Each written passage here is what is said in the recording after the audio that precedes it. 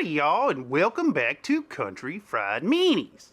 I'm your host Cameron, the country boy in the big city, presenting to you once more from the Bullshit Corner 2.0, and today I'd like to talk to y'all about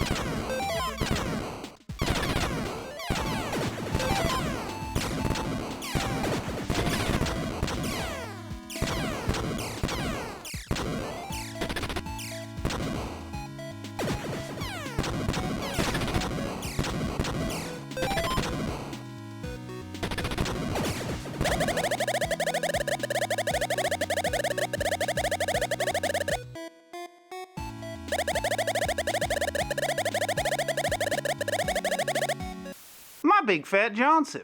Now everybody loves this plucky little chassis with dreams that far outsize its pint-sized little chassis. Why don't y'all saddle on up and ride along as we look into what went into this super fun commission.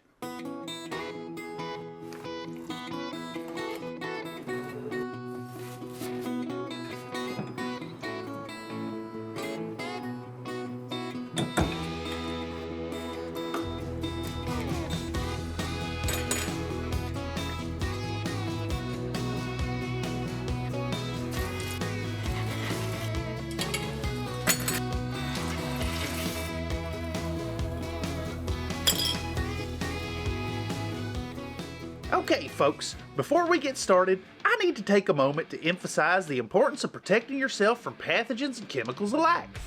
Always ensure that you wear the correct preventative preservation encapsulation so that you avoid previous problems emerging while painting powered equipment. Don't be handling rubbish bins without being sheathed in personal protective equipment even when you're profusely perspiring everywhere. And now back to the show. Alrighty y'all. As you've all seen the thumbnail and the name of this here video, you'll undoubtedly know that this here episode is going to be all about Urbanmech.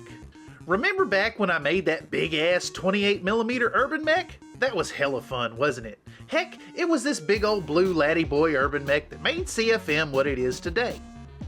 To recapture some of that and perhaps try to scavenge some algorithmic traction by taking advantage of the meme power of Urbanmech, I'm going to get back in and paint up some little Urbanmech lads today in the form of this here Urbanmech commission featuring Catalyst Games' modern Battletech Urbanmech Lance.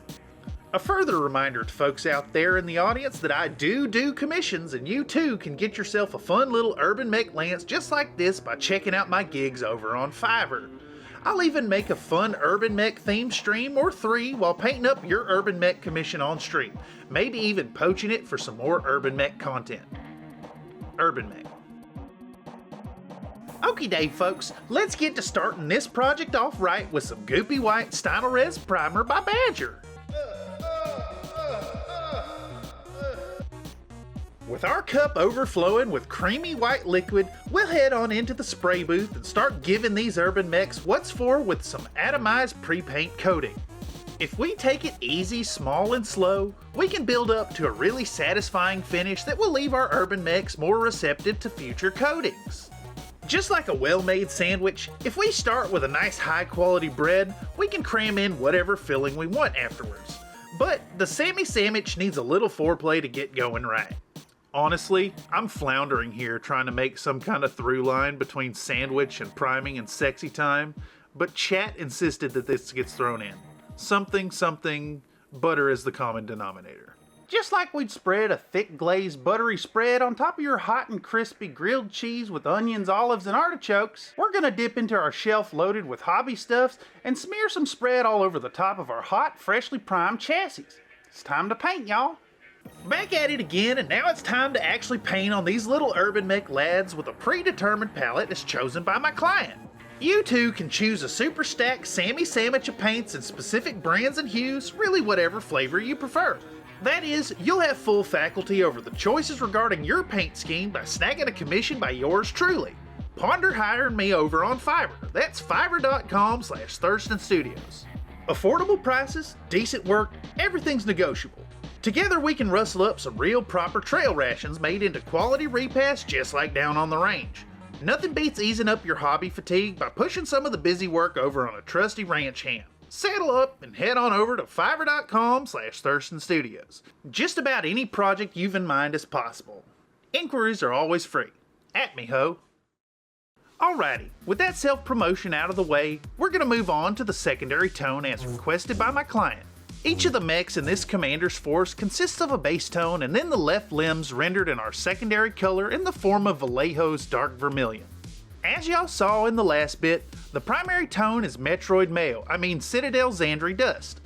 I personally really like the asymmetry of this styling. The bit of bright warm tone really offsets the hard neutrality of the dusty hue of this Xandri dust produced on behalf of Games Workshop. I'm not always a fan of painting up your models with GW colors, but sometimes they really knock it out of the park, especially in their range of more generic colors. I genuinely like the selection of browns and tans and greens that GW produces. Now if they just release them in dropper bottles, I'd be all about it. Speaking of fantastic colors in dropper bottles, let's put out some Vallejo acrylic metal color airbrush colors jet exhausts and apply some quick and efficient one coat coverage to our model's metallic bits. This color absolutely rocks, and you should add it to your collection whether or not you have an airbrush. It sprays and paints on just fine and really cuts down the work when adding that metallic sparkle to a project. It's definitely a worthwhile investment even at $15 dues. Now we'll take a brief break to ensure that all our previously applied coats are nice and dry, and then we can move on to some proper ink washing. We want to ensure these machines are grimied up with satisfying shade in all the crevices.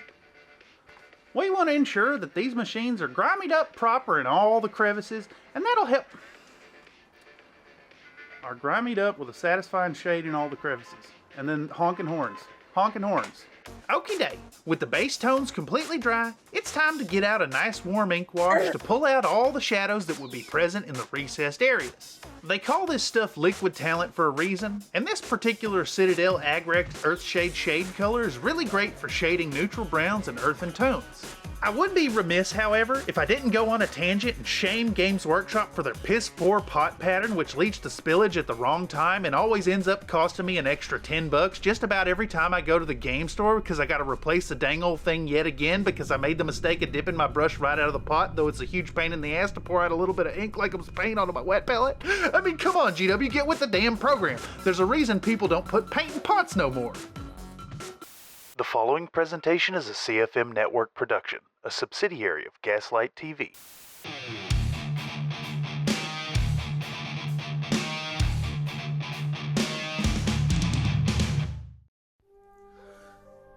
Hello YouTube! Today we've got something special. Do you remember these pots of paint? I sure wish I didn't. They're bad. By the time you get them open, your bleached bone is bone dry. Your hard coat is rock hard. It's madness. Can't do nothing with that. Today, however, I'm going to teach you how to win you a golden demon using these. Thanks, Paint in a Bag. Look at this war crime. Beaten copper Warhammer paint. It's not called that to paint Warhammer, it's called that because you need a Warhammer to open it.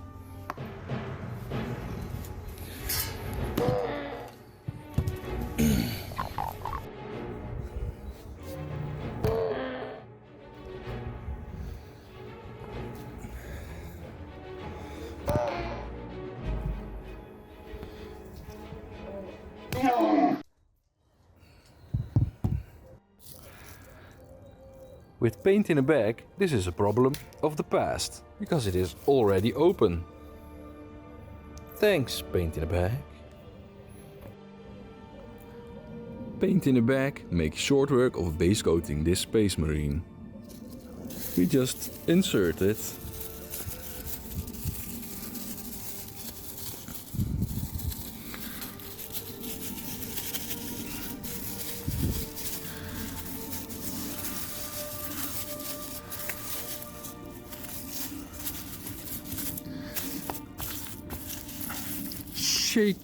Shake it around really well.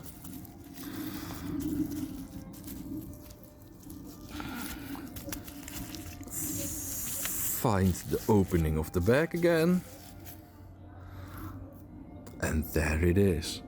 Perfectly base coated Space Marine. Also, Paint in a Bag can easily be inserted in your airbrush for that perfect zenithal highlight.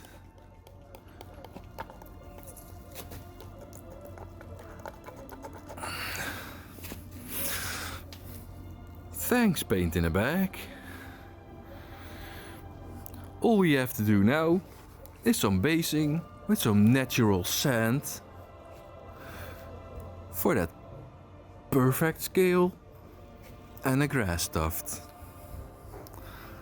This model is now perfect.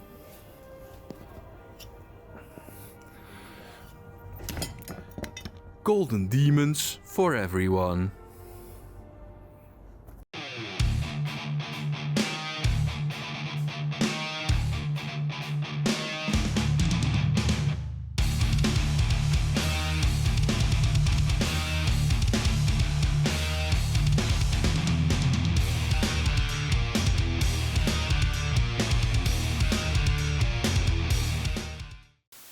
Now wasn't that fun?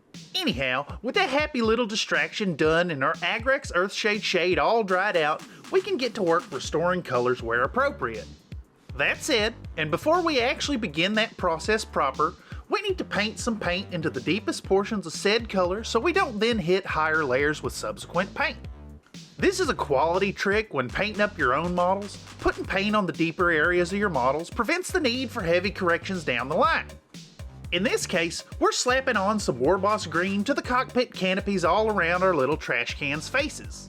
This way, when we get to the next color, we won't be so worried about threading the needle to get that green in there without ruining some painstakingly applied highlights.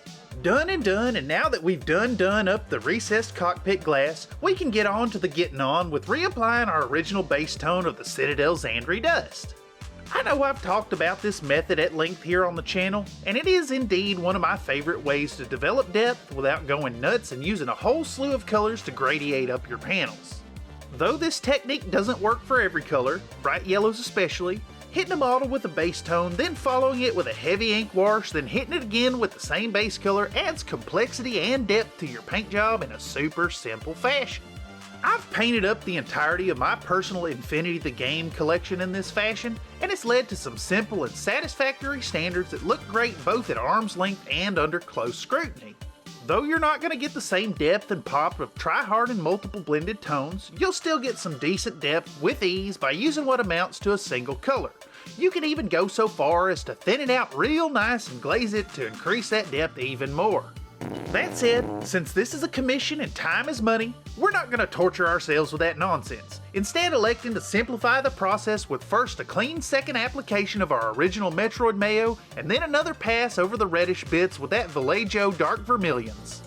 Both of these colors have great pigment quality and retain their opacity with a bit of thinning, so applying another layer with clean precision is a breeze.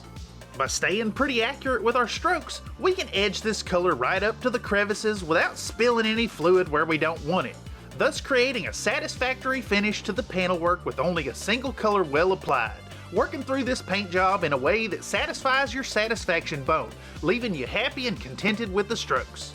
Moving forward, we'll continue the trend of reapplying original base tones with this here fantastic Vallejo acrylic metal color airbrush colors Tobera Reactor over almost all the original metallics. Here we're going to diverge from the previous method a bit by more or less using this tone as a highlight. Instead of re-establishing the base tone in its entirety, we'll leave a bit more of the gungy wash showing, lending a look of well-worn machinery and reducing our future need for brightened edge highlights. These here words are filler. You can ignore them. I just needed to come up with something to allow the audio to line up with the next clip. While we're stretching, I'm wondering, have y'all ever tried pickles on a peanut butter sandwich? It's absolutely disgusting. With that though, we've blazed on through the busy work of building back up the base color.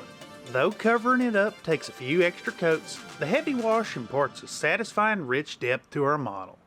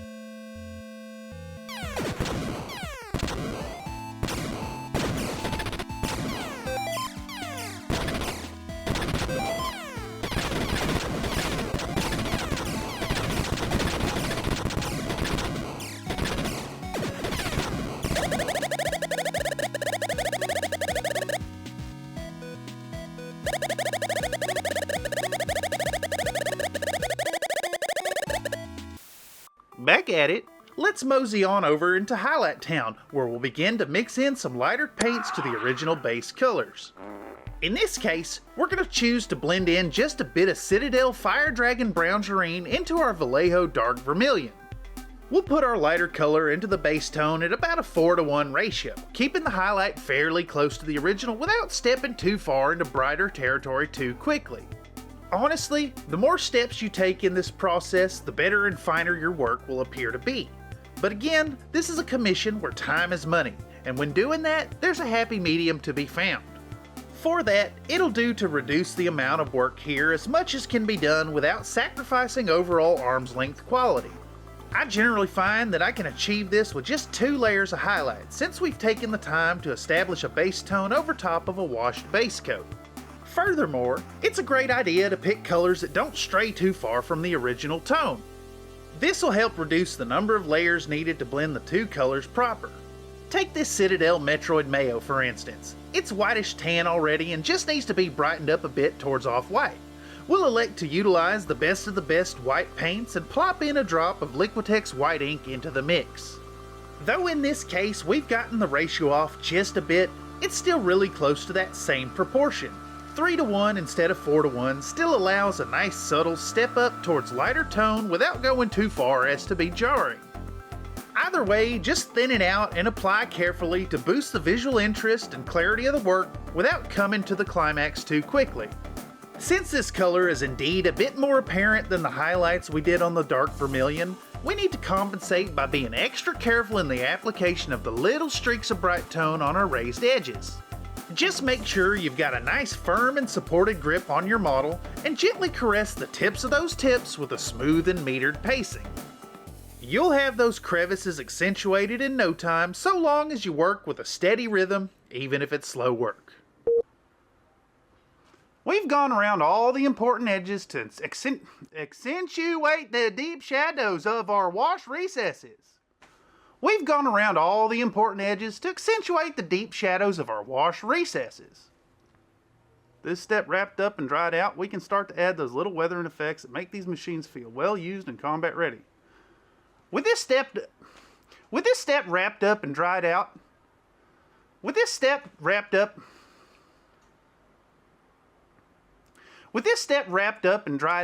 we can start to add all those fun little weathering effects that make these machines feel well used and combat ready.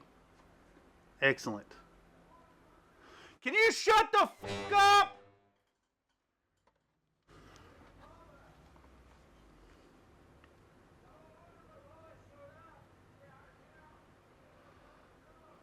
Okay, With highlights applied and those edges looking mighty fine, we're gonna hop on over into the realm of my favorite speed hack for painting up satisfying commission work, sponge chipping. My go-to colors for this here technique are very specific. I'm using a 50-50 blend of Vallejo's 70.822 German Camo Black Brown and 70.897 Whole Red. These two colors together give a hint of partially oxidized steel and work well on just about any tone. I'll take a moment here and drop a small caveat that sometimes a dark base don't really take this particular blend well, but for 90% of applications, these two together will read mighty fine. Mix thoroughly, you're going to want to get out a chunk of some kind of puffy foam or small celled sponge and make the edges of your tool irregular. Once readied up, give it a good dunking in the paint and then remove almost all of the colorant. You really want the tiniest bit of paint for this technique. Remembering that less is more, jab that squishy thing all over your model and let the magic happen right before your eyes. To push the depths of those chips even further, we'll get out some of our Vallejo Acrylic Air Metal Brushes Duraluminio Colored Colors Elite Series and start to add some super bright pops of shiny mica infused glitter to larger patches of chips. Anywhere that previously got covered a little bit too heavily demands a touch of this, and we can also focus on fine streaks of the shiny on sharp edges. Just remember to have a very clean and gentle touch when going at this step. Sloppily applied brush chipping looks worse than no brush chipping, so be honest with your skill level and use careful discretion here. That said, it's really easy to accomplish so long as you have a sharp brush and well-honed brush control. Another fun little detail that adds a whole heckin' lot of interest to your models while being somewhat simple to execute is unit names or numerals. To achieve this today, we'll get out a bit of Vallejo black and thin it out a bit so it flows real nice off the tip of our 20-0 liner brush. I've left in this shot here in its entirety so that y'all can see the struggles as well as my hand positions as I attempt to get this little SDF applied to the leggies of our Urbies at my client's request. A big tip here is to just take your time and go real slowly and methodically without worrying too much about mistakes. If you do slip up, you can always swiftly remove any problematic spots using a clean, wet brush or even paint back over that with the original base color. I highly recommend going at this a few times and practicing this fun process if you're inexperienced with freehanding. It'll only get better with time and application of your developing skills. While we're in the process of beautifying our little lads with some small details, we'll also take a brief moment to add some foundational ingreening to the cockpits utilizing some Army Painter Speed Paint 1.0 Orc Skin. Applied liberally over the little winders there, this flowy and vibrant green will quickly add a fun Emerald Lagasse feel to the cockpit view screen recesses. I really like using contrast colors to do this here step, as it more or less develops a great base tone and shadow all in one step. We'll boost up that green later, but for now a swift and aggressive BAM makes it look fine and dandy and not at all like a dumpster fire.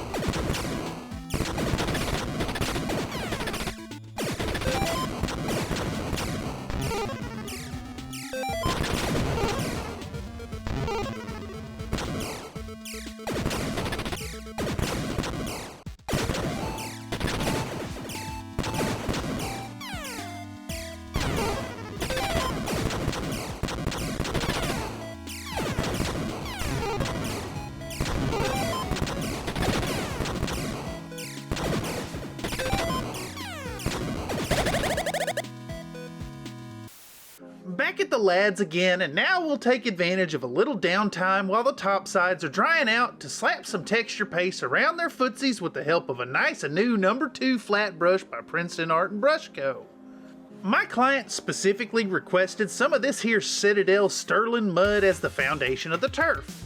I don't necessarily recommend this product from GW as your go-to base and mix when there are much cheaper alternatives available, But I can say that the Games Workshop texture pastes have yet to disappoint me in any capacity beyond their extortionary pricing.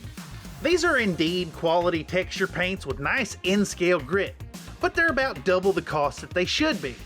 Thanks Mr. James Workshop for yet another gouging. Everyone knows the best way to show your consumers you care is to double down on cashing in on brand loyalty. Anyhow, that's enough ribbing on Mr. Workshop. They have indeed done a few things over the years that I've thoroughly enjoyed, even though their more recent price structuring feels distinctly anti-consumer. Getting off their products for a moment, we'll revisit that secondary color in the form of Vallejo Dark Vermilions and paint on the front-facing hex side of these here Catalyst hex bases. This will serve as the foundation for some caution stripes to indicate the danger side that faces the enemy. Much like as is indicated by that meme stamp on the front of Claymore Mines, these here plucky little chassis will absolutely pop off and do a ton of damage to any foe who finds themselves at short range near that front towards enemy marking. You see, that's what the stripes are going to indicate. Danger, this facing is dangerous. Don't be here if you like your body intact. Furthermore, just like those mines, the enemy simply needs to go around the danger zone to avoid getting maimed. The bright red markings show both you and your opponent which is the spicy end. With the base coats on the rims and that texture paint drying out, we'll find some other tasks to keep busy while they're drying up. Despite being a bit chaotic and all over the place, I find that breaking your project down into many little tasks helps you stay super busy, especially while you're on the clock. Alrighty then, while the base and mud takes a little time to dry out, we'll go ahead and start to detail up our cockpit winders. While we're on the topic of things that are dry, I'll go ahead and fight against this dry-ass chunky paint and dig me out a craggle or two of some crusty Warboss green out of this piss-poorly patented paint pot from Pittadell Pork Chop. You know, I really just can't stop myself here. Paint pots haven't been the way to store your paints for mini painting since 1998. It's a damn shame that GW still insists on doing this thing the old way. Hell, it'd even be better to keep your paints in bags over these crusty old receptacles that don't even keep all the air out proper. Anyhow, thick paints can always be thinned down with a bit of water to get flowy again, and applied in 2 thin coats, even this crusty chunky mess will do just fine.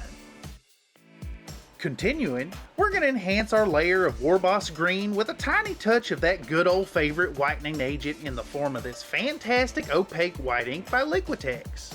Though this ink is great for mixing into a color without it becoming chalky, today we're just adding a tiny little specular highlight into the upper left corner of the winders.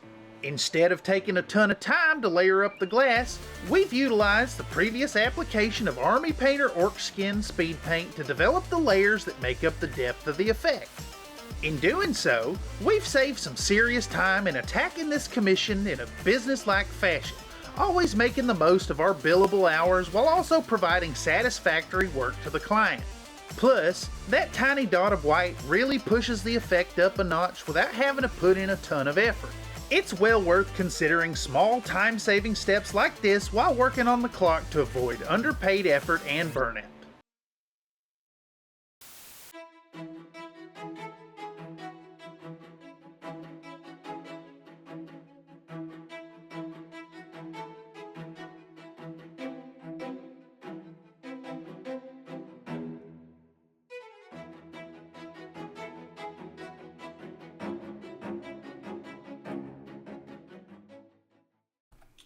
Today, guys, we are going to paint a thug from Urbanmech Lance using the paint in a bag technique.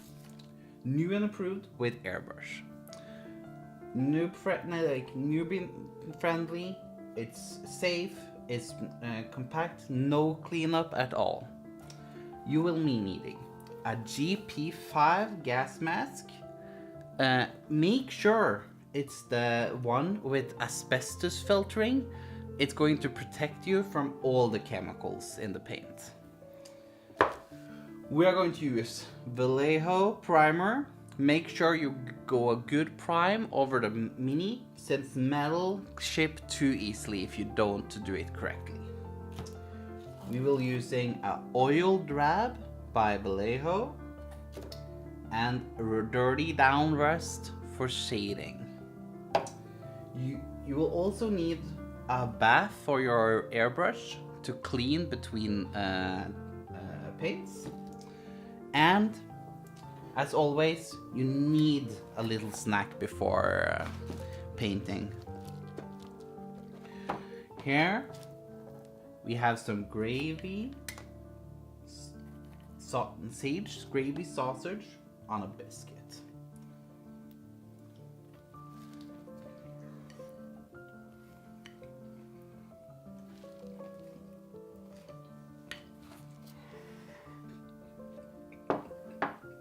Nice and thick.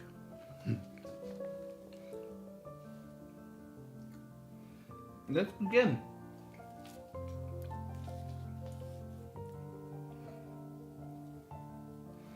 Okay. Fill your airbrush with primer. Put your model in the bag.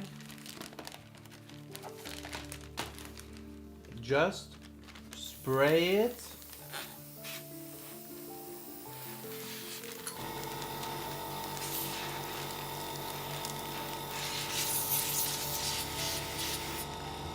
Looks like I didn't clean it good enough last time. Just shake it in the and use the bubbles. Yeah.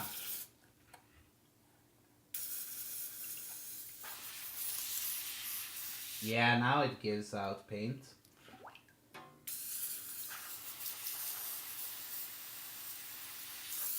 Yeah, now it paints. Let's continue. Just fill your bag.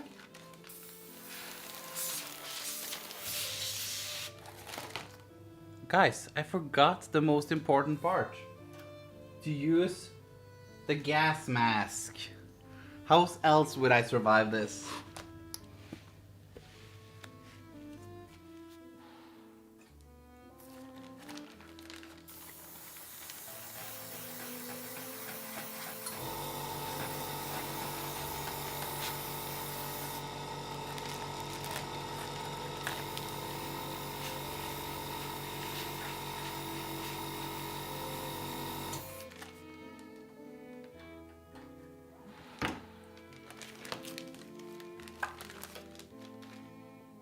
Look, it's primed. Nice and primed. Then we need a new bag for the green. You can just save those bags to throw it in the zoo where the penguins are. Those loves the bags.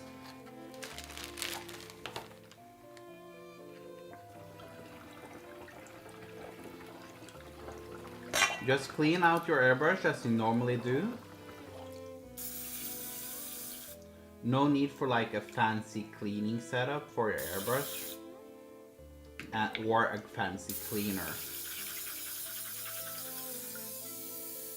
like other people tell you. Don't listen to them. You're smarter than them. Just fill your airbrush with new paint.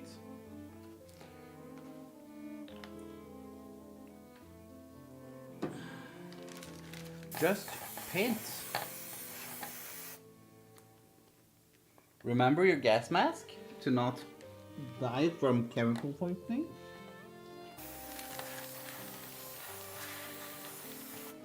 Perfect to paint both sides.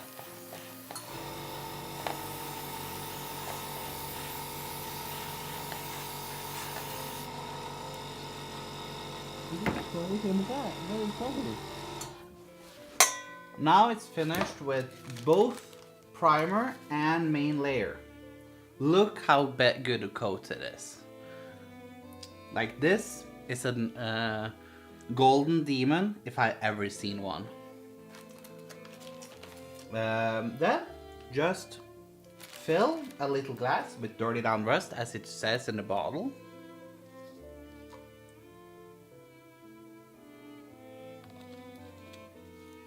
I use these kind of glasses since you need the price of the glass is the most important part.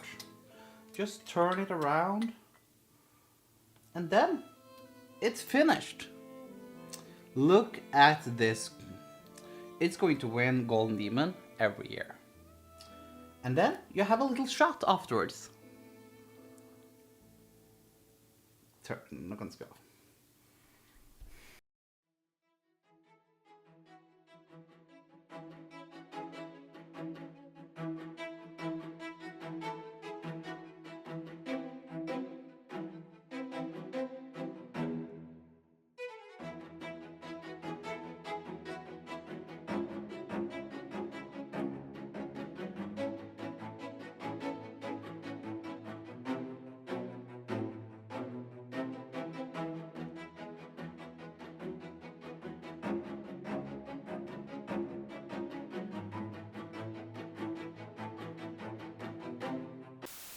Basin dry and ready to move onward, it's time for everyone's favorite portion of the painting process, dry brush.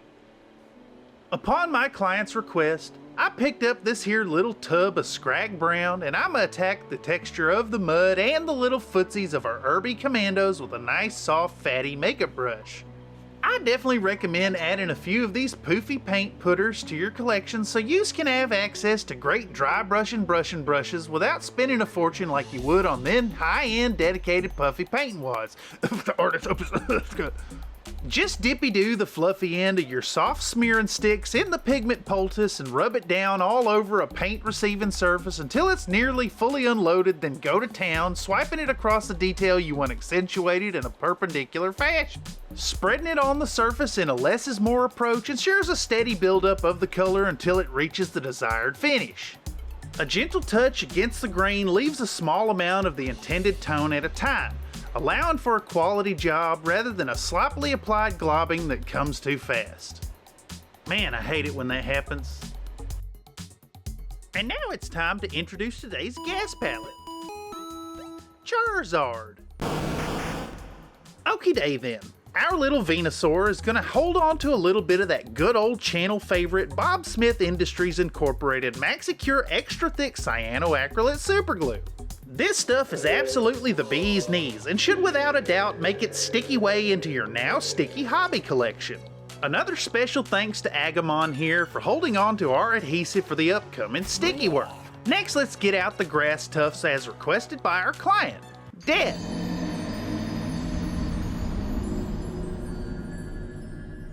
These grass tufts by Geek Gaming Scenics have been chosen by my client in this project to ensure that the basing work on these happy little lads matches previously painted models. I've got to admit here that these tufts have been pretty damn alright, even though the scale is off for Battletech miniatures. Above all else, and despite my own internal protestation about using basing that's way too big, using these specific tufts will ensure that these Urbies will fit right in with the client's forces. Big shout out to Mr. Luke of Geek Gaming Scenics. I sincerely hope that you're finding happy trails in whatever your current endeavors entail. Your content production is sorely missed, but your hobby products keep Tabletop Warriors forces looking great. Thanks for everything. A quick dunking down in the glue, dippy-doo onto the base, and a drip and drop of BSI Instaset ensures that these tiny terrain tufts lock in place to top off the look on these little tiles of turf. All that's left to do from here is to first go around 5 of the 6 hex sides with a double down coat of thinned out golden fluid acrylics carbon black to ensure a proper rimming that accentuates the work and hides any messy over application of the dry brush. We'll move on from there and build up a fun little caution stripe accent on the front face using the dark vermilions from earlier. This additional detail not only looks great, but serves to inform the opponent and player alike where the forward facing is during gameplay to ease confusion. With that finalized, these little Urbies are geared for play and can dream of felling a giant on the field. Everyone's got a story about how a surprise Urbanmech attack can core an assault mech, but it's rare to see the dice agree. One can hope though, and a skilled pilot can make all the difference.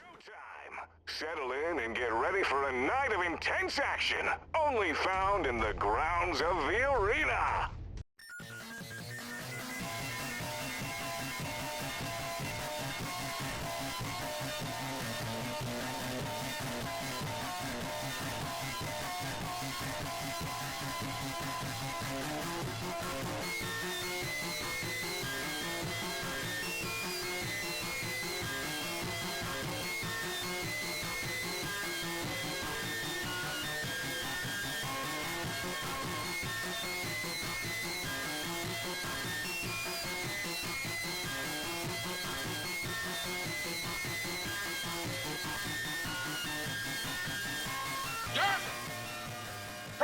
Johnson! Get your head in the game, lad! Private Johnson!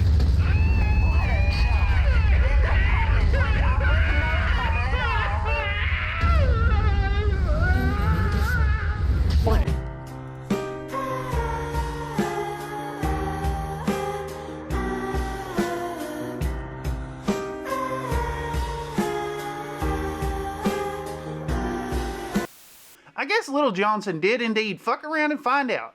It is a tiny little chassis after all, and no big gun is going to make up for its lack of armor. Anyhow, with that little dream sequence out of the way, we can move on to a grand reveal. With autocannons blazing, through the streets it roams in the concrete jungle. It calls home through alleys and by high rises it stands tall. The Urbanmech's here to answer the call.